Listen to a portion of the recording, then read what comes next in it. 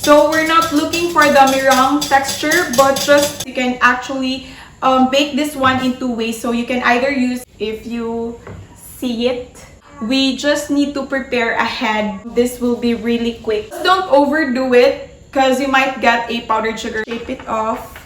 I'm not actually good on this.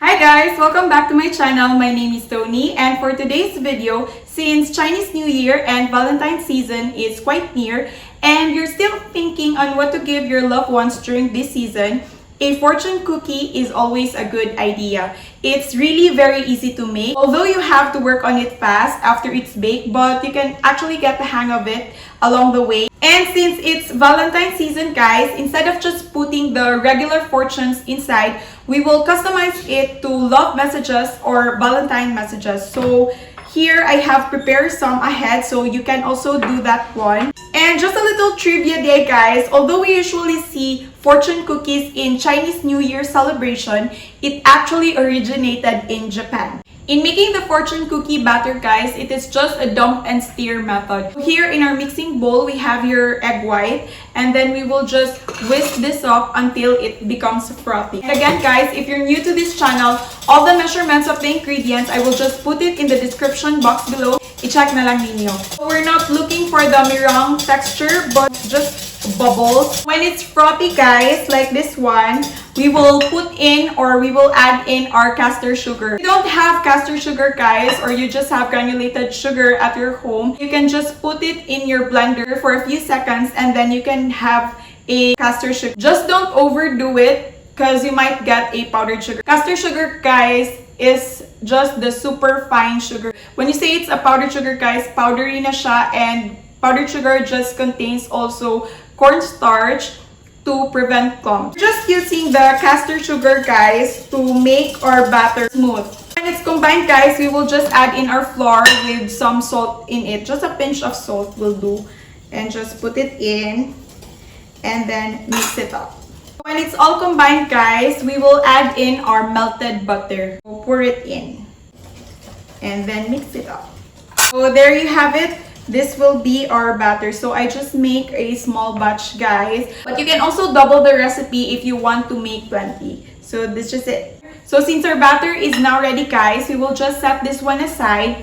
And then fortune cookies, guys, you can actually bake this one in two ways. So you can either use an oven, but if you don't have, you can also use a non-stick fry pan. This is also my first time in making this cookies, guys, so we'll try both and see the outcome. If you're using the oven, first we need to preheat it to 180 degrees Celsius and we'll get our pans. Okay, so here, guys, I have a pan and then we just put some parchment paper. So I have here, guys, a tablespoon and we will just fill this one 3/4 full, and we will do this one by batch. 2 cookies per batch because the cookies hardens real quick, and as I've said, you have to work on this fast. Okay, so 3/4 full, and then put some and then spread it out. You can even out the sides, guys, or you can even out the cookies. So we want it to be real thin. You have to make sure that the sides is much thicker than your than what's in the center, okay? Because the sides will cook first and it might get burned easily, and we don't want that one. So we have to get a spatula. So here our spatula to just even it out. So when it's done, guys, we can actually customize our fortune cookies in any way that we want. I have here some heart sprinkles. We will put some in the side. Get some and put on the sides. So in any way you want it. And then on the next one, guys, we will get some batter and then transfer it to another bowl because we will color this one red since it's Valentine's. Okay, so I have here a red food coloring. So we'll put some and mix it up. And get some, put it, spread it out. And then we will just even it out. Now, guys, I have here a red one and we will customize it a little bit. So we'll just get a spoon and we'll dump some on it, and then just to have some circles, and then we'll have a toothpick. So the reason for the toothpick, guys, is we will run it in the center of our circles, the one that we made, and then so that it can form a heart. So there you have it. If you see it, so it forms a heart. Okay, we'll load this one in our oven, guys, for roughly 8 to 10 minutes, or when the sides turns golden. Now, guys, while we are waiting for our cookies to bake, we just need to prepare ahead since we have to work on this fast. So we have here our muffin tin. You need a muffin tin, guys, to hold the shape of your cookie. And then this one, a glass.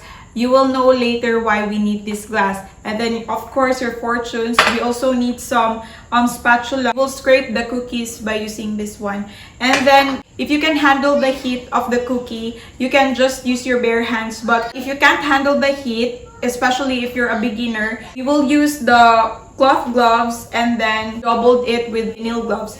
If you've seen my previous video on sugar-free candy, so I've also used that one. It will help, guys, to hold the cookies while it's still hot. Okay, so that's just it. A few inches later. So now, guys, our cookies are already baked, and then we'll just have to work on this one, as I've said. So we'll just scrape off our cookie and then flip it over, put the fortune inside, and then fold it in half, and then shape it off. I'm not actually good on this. And then put in the tin to hold its shape. Okay, do the other one as well. Okay, while it's hot. And then bear with me, guys, if my cookies or my fortune cookies are not that perfect, but it's labored with love, so bear with me. Okay, this is my first try with this one. So now, guys, I have a little batter that's left. We're gonna try to do it in a non-stick pan. So we'll just put a little in. I'm using a spoon. You can also use a spoon, guys, and shape it up. And then we're just gonna leave it as simple as it is. Okay, we're gonna try to do the usual lang, guys, na fortune cookie. Okay, so when you've spread it out evenly, guys, we can just then turn our heat. Yeah, just set it into low. So low lang siya, guys, and we'll wait for it to the sides to turn brown. And then we'll just ready our pan because we will flip it here. A little longer than a few minutes later. So it's almost cooked, guys. So just have an eye on it, because this will be really quick. So I think, guys, it's now ready. So we'll just transfer it. And then again, put our fortune inside, or the love message inside. Fold it in half. And then while it's hot, and then shape it in your mug or in your glass, and then put it in a muffin tin, okay, to hold its shape. So before I end this video, guys, we'll have first to try our fortune cookie. So we'll just crack and then see what's our fortune, okay, or our love message. My message here is you always gain by giving love, okay. And then we'll try. It's crispy. It tastes like, we call it here, barquillo or wafer rolls. So that's it. And thank you, guys, for watching this video till the very end. I hope you enjoyed. And please do hit that like and subscribe buttons, and see you on my next video.